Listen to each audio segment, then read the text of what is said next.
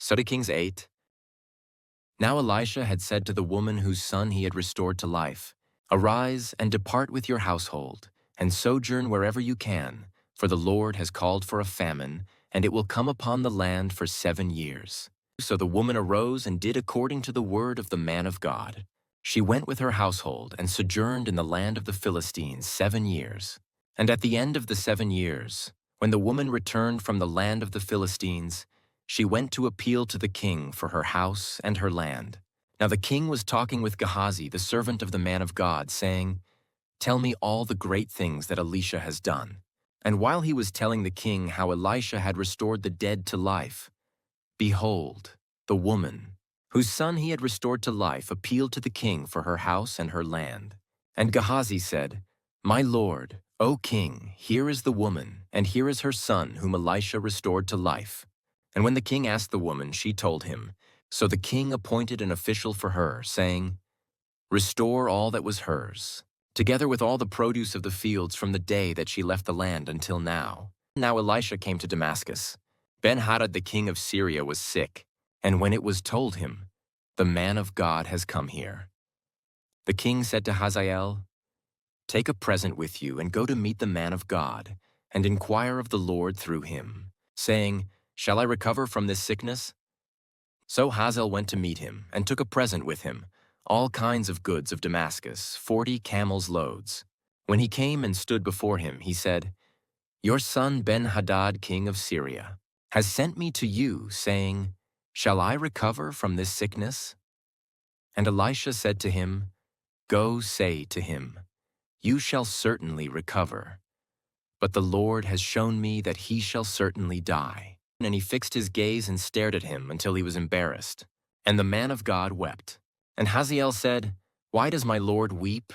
He answered, "Because I know the evil that you will do to the people of Israel. You will set on fire their fortresses, and you will kill their young men with the sword, and dash in pieces their little ones, and rip open their pregnant women." And Hazael said, "What is your servant who is but a dog that he should do this great thing?" Elisha answered, "The Lord has shown me that you are to be king over Syria." Then he departed from Elisha and came to his master, who said to him, "What did Elisha say to you?" And he answered, "He told me that you would certainly recover." But the next day he took the bedcloth and dipped it in water and spread it over his face, till he died. And Hazael became king in his place, in the 5th year of Joram the son of Ahab, king of Israel. When Jehoshaphat was king of Judah, Jehoram, the son of Jehoshaphat, king of Judah, began to reign. He was 32 years old when he became king, and he reigned 8 years in Jerusalem. And he walked in the way of the kings of Israel, as the house of Ahab had done, for the daughter of Ahab was his wife. And he did what was evil in the sight of the Lord. Yet the Lord was not willing to destroy Judah, for the sake of David his servant, since he promised to give a lamp to him and to his sons forever. In his days Edom revolted from the rule of Judah and set up a king of their own. Then Joram passed over to Zair with all his chariots and rose by night. And he and his chariot commanders struck the Edomites who had surrounded him, but his army fled home. So Edom revolted from the rule of Judah to this day. Then Libnah revolted at the same time. Now the rest of the acts of Joram, and all that he did, are they not written in the book of the Chronicles of the kings of Judah? So Joram slept with his fathers and was buried with his fathers in the city of David, and Ahaziah his son reigned in his place. In the 12th year of Joram the son of Ahab, king of Israel, Ahaziah the son of Jehoram, king of Judah, began to reign. Ahaziah was 22 years old when he began to reign, and he reigned 1 year in Jerusalem. His mother's name was Athaliah. She was a granddaughter of Omri, king of Israel. He also walked in the way of the house of Ahab, and did what was evil in the sight of the Lord, as the house of Ahab had done, for he was son-in-law to the house of Ahab.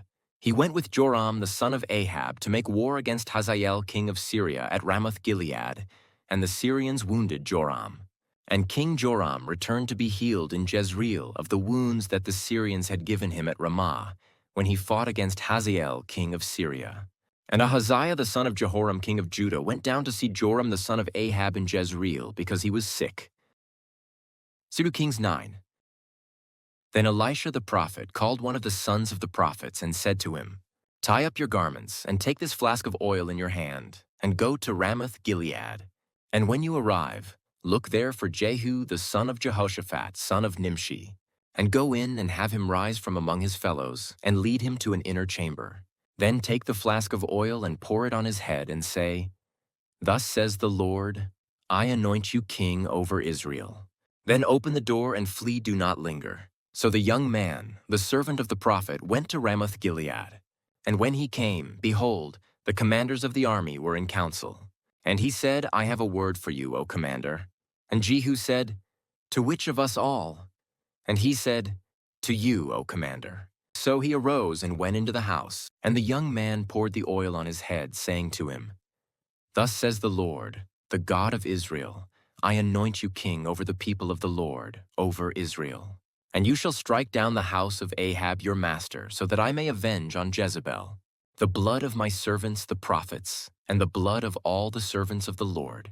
For the whole house of Ahab shall perish, and I will cut off from Ahab every male, bond or free, in Israel. And I will make the house of Ahab like the house of Jeroboam the son of Nebat, and like the house of Baasha the son of Ahijah. And the dogs shall eat Jezebel in the territory of Jezreel, and none shall bury her. Then he opened the door and fled.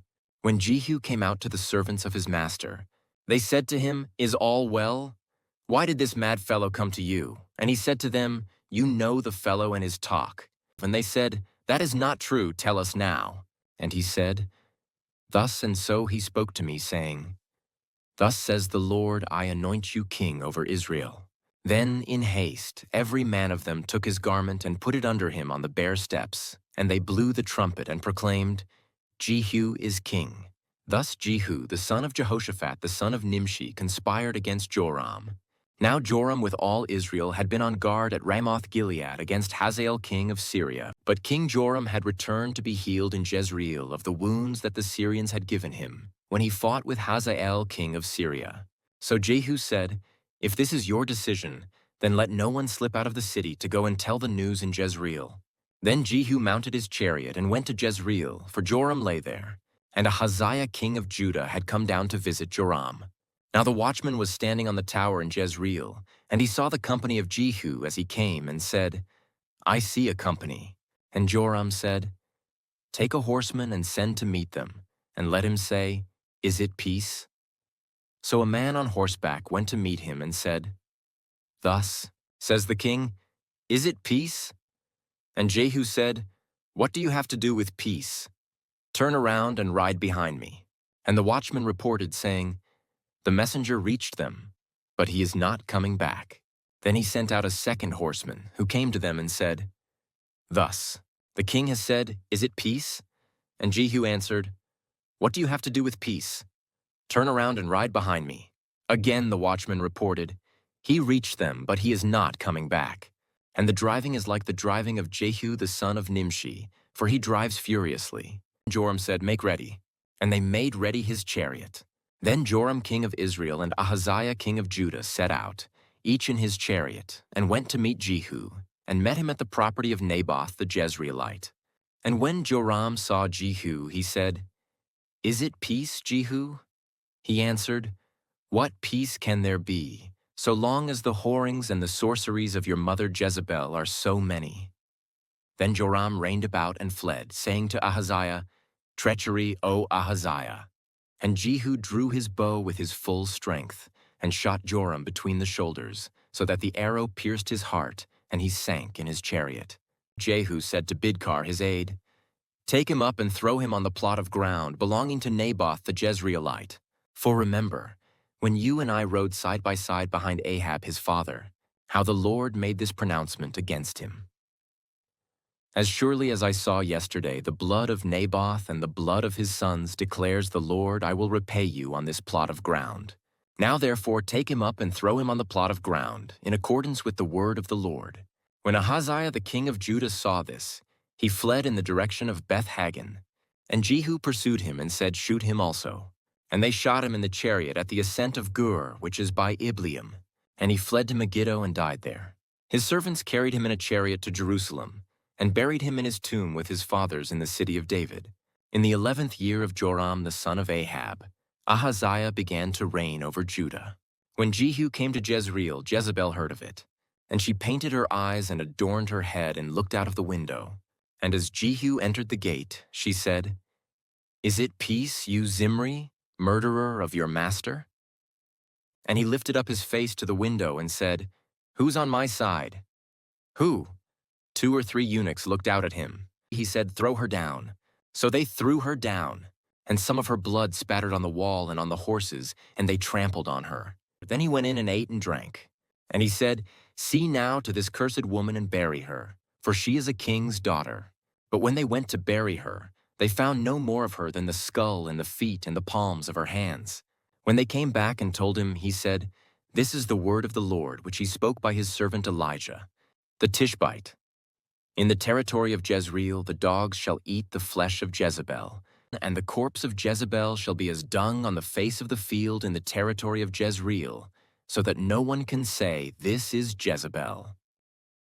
2 Kings 10. Now Ahab had 70 sons in Samaria. So Jehu wrote letters and sent them to Samaria, to the rulers of the city, to the elders, and to the guardians of the sons of Ahab, saying, "Now then, as soon as this letter comes to you, seeing your master's sons are with you, and there are with you chariots and horses, fortified cities also, and weapons, select the best and fittest of your master's sons and set him on his father's throne and fight for your master's house." But they were exceedingly afraid and said, "Behold, the 2 kings could not stand before him. How then can we stand?" So he who was over the palace and he who was over the city, together with the elders and the guardians, sent to Jehu, saying, "We are your servants, and we will do all that you tell us. We will not make anyone king. Do whatever is good in your eyes." Then he wrote to them a second letter, saying, "If you are on my side, and if you are ready to obey me, take the heads of your master's sons and come to me at Jezreel tomorrow at this time." Now the king's sons, 70 persons, were with the great men of the city who were bringing them up. And as soon as the letter came to them, they took the king's sons and slaughtered them, 70 persons, and put their heads in baskets and sent them to him at Jezreel. When the messenger came and told him, "They have brought the heads of the king's sons," he said, "Lay them in 2 heaps at the entrance of the gate until the morning." Then in the morning, when he went out, he stood and said to all the people, "You are innocent. It was I who conspired against my master and killed him. But who struck down all these? Know then that there shall fall to the earth nothing of the word of the Lord, which the Lord spoke concerning the house of Ahab, for the Lord has done what he said by his servant Elijah." So Jehu struck down all who remained of the house of Ahab in Jezreel, all his great men and his close friends and his priests, until he left him none remaining. Then he set out and went to Samaria. On the way, when he was at Beth-Eked of the shepherds, Jehu met the relatives of Ahaziah king of Judah, and he said, "Who are you?" And they answered, "We are the relatives of Ahaziah, and we came down to visit the royal princes and the sons of the queen mother." He said, "Take them alive." And they took them alive and slaughtered them at the pit of Beth-Eked, 42 persons, and he spared none of them. And when he departed from there, he met Jehonadab the son of Rechab coming to meet him. And he greeted him and said to him, "Is your heart true to my heart as mine is to yours?" And Jehonadab answered, "It is." Jehu said, "If it is, give me your hand." So he gave him his hand. And Jehu took him up with him into the chariot. And he said, "Come with me and see my zeal for the Lord." So he had him ride in his chariot. And when he came to Samaria, he struck down all who remained to Ahab in Samaria, till he had wiped them out, according to the word of the Lord that he spoke to Elijah. Then Jehu assembled all the people and said to them, "Ahab served Baal a little, but Jehu will serve him much. Now therefore call to me all the prophets of Baal, all his worshippers and all his priests. Let none be missing, for I have a great sacrifice to offer to Baal. Whoever is missing shall not live." But Jehu did it with cunning in order to destroy the worshippers of Baal. And Jehu ordered, "Sanctify a solemn assembly for Baal." So they proclaimed it. And Jehu sent throughout all Israel, and all the worshippers of Baal came, so that there was not a man left who did not come. And they entered the house of Baal, and the house of Baal was filled from one end to the other. He said to him who was in charge of the wardrobe, "Bring out the vestments for all the worshippers of Baal." So he brought out the vestments for them. Then Jehu went into the house of Baal with Jehonadab the son of Rechab, and he said, "To the worshippers of Baal search, and see that there is no servant of the Lord here among you, but only the worshippers of Baal." Then they went in to offer sacrifices and burnt offerings. Now Jehu had stationed 80 men outside and said, "The man who allows any of those whom I give into your hands to escape shall forfeit his life." So as soon as he had made an end of offering the burnt offering, Jehu said to the guard and to the officers, "Go in and strike them down, let not a man escape." So when they put them to the sword, the guard and the officers cast them out and went into the inner room of the house of Baal, and they brought out the pillar that was in the house of Baal and burned it. And they demolished the pillar of Baal, and demolished the house of Baal, and made it a latrine to this day.